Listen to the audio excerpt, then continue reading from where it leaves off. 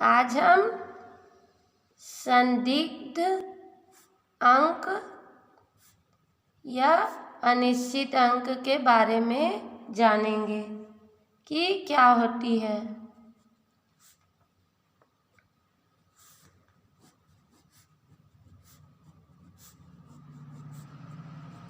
तो मान लो कोई भौतिक राशि को हम मापते हैं, तो उसका मापन किस पर निर्भर करता है? मापन करने वाले यंत्र के अल्पतमांक पर। तो किसी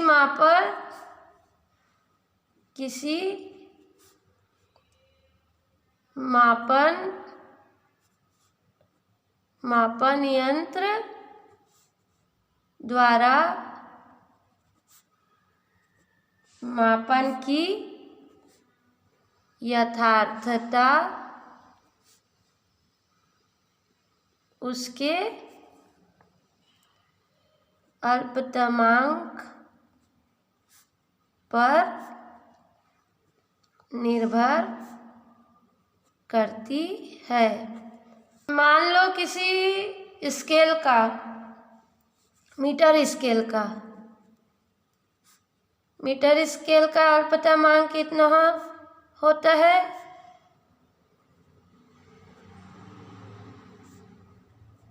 मीटर स्केल का अल्पतमांक होता है 0.1 सेंटीमीटर होता है ना।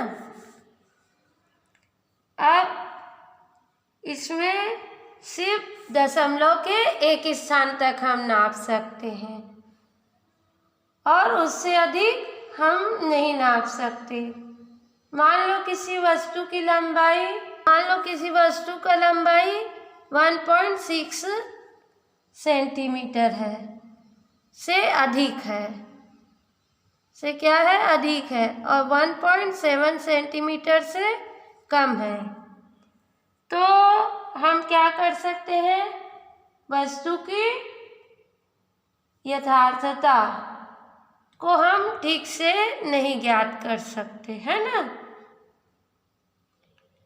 क्योंकि मीटर स्केल द्वारा मापी गई लंबाई को सदैव दशमलव के एक स्थान तक व्यक्त करते हैं।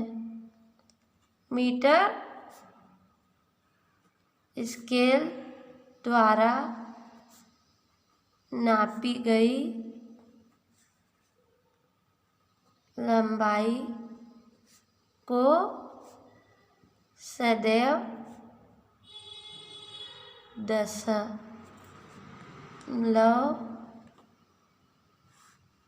के एक स्थान तक व्यक्त करते हैं। ठीक है, दशमलव के एक स्थान तक व्यक्त करते हैं। मान लो कोई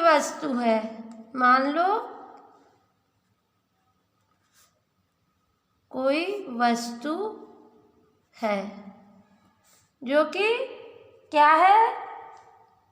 3 सेंटीमीटर, जिसकी लंबाई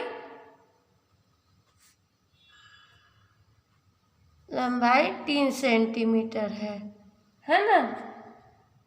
तो उसको जब मीटर स्केल से नापेंगे तो उसका जो मान आएगा, तो इसका मान जो आएगा तो उसको 3.0 सेंटीमीटर लिख सकते हैं, है ना।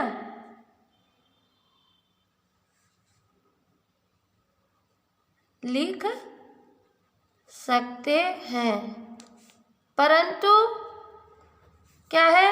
3.00 सेंटीमीटर नहीं लिख सकते,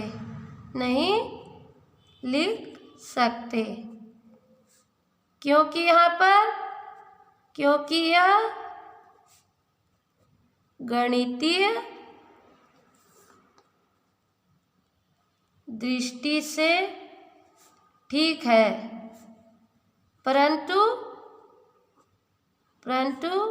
यथार्थता की दृष्टि से भिन्न है। इसलिए हम इसको इस तरह नहीं लिख सकते। ये गणितीय दृष्टि से तो एक है, परंतु यथार्थता की दृष्टि से एक नहीं है। अब जैसे वर्नियर कैलिपर्स से किसी चीज को नाप रहे हैं, तो वर्नियर कैलिपर्स का अल्पतमांक क्या होता है? वर्नियर कैलिपर्स का अल्पतमांक होता है 0.01 सेंटीमीटर होता है। ठीक है, वर्नियर कैलिपर्स का। अब हम इसकी सहायता से किसी वस्तु की लंबाई को केवल दशमलव के 2 स्थानों तक नाप सकते हैं। इसकी सहायता से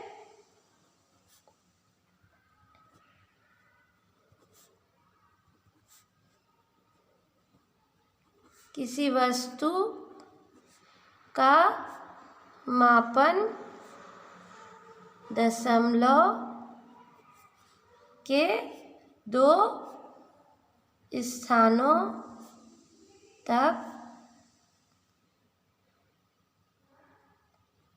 कर सकते हैं, है ना।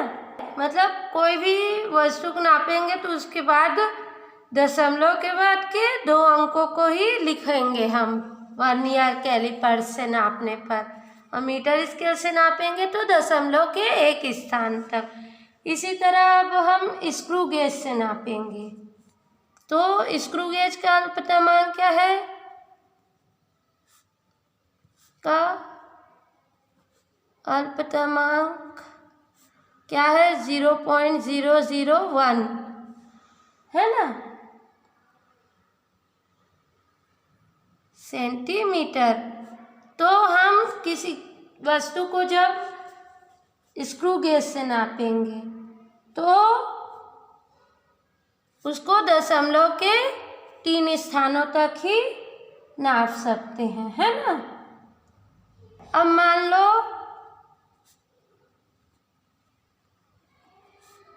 लो मीटर स्केल द्वारा किसी वस्तु को नाप रहे हैं,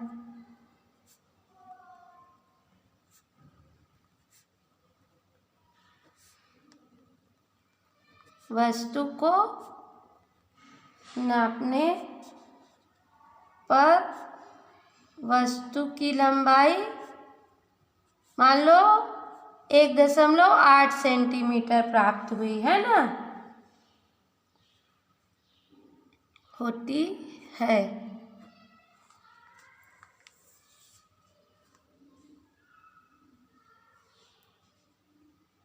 अब वस्तु की लंबाई या तो 1.8 से थोड़ा कम, जैसे वस्तु की लंबाई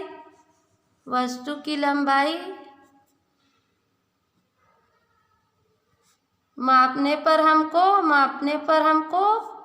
1.79 मिला सेंटीमीटर, है ना, या थोड़ा ज़्यादा मिल गया, या 1.81 सेंटीमीटर मिला,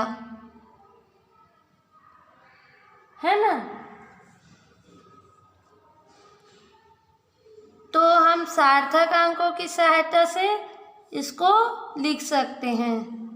जो सार्थक अंक लिखना अपना सीखे थे ना, उसकी सहायता से, तो इसको हम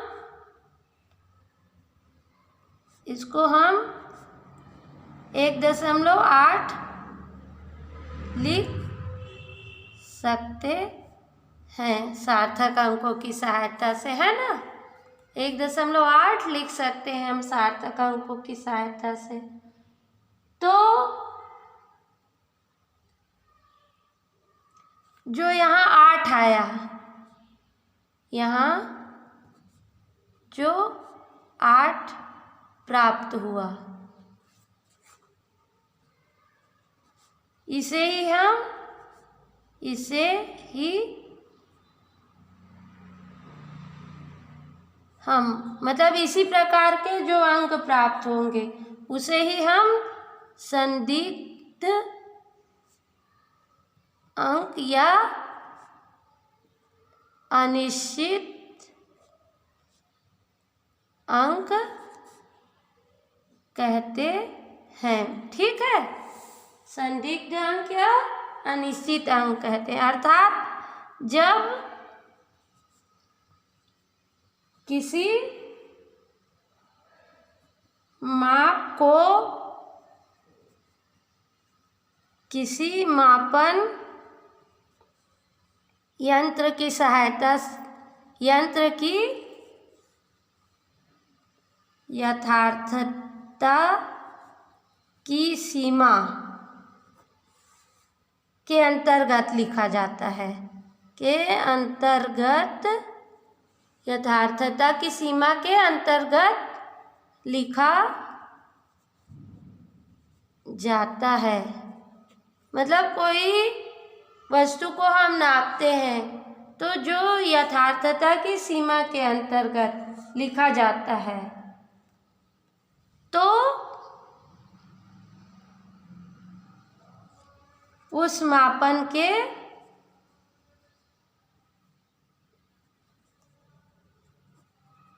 अंतिम अंक को संदिग्ध अंक या अनिश्चित अंक कहते हैं। संदिग्ध अंक या अनिश्चित अंक कहते हैं।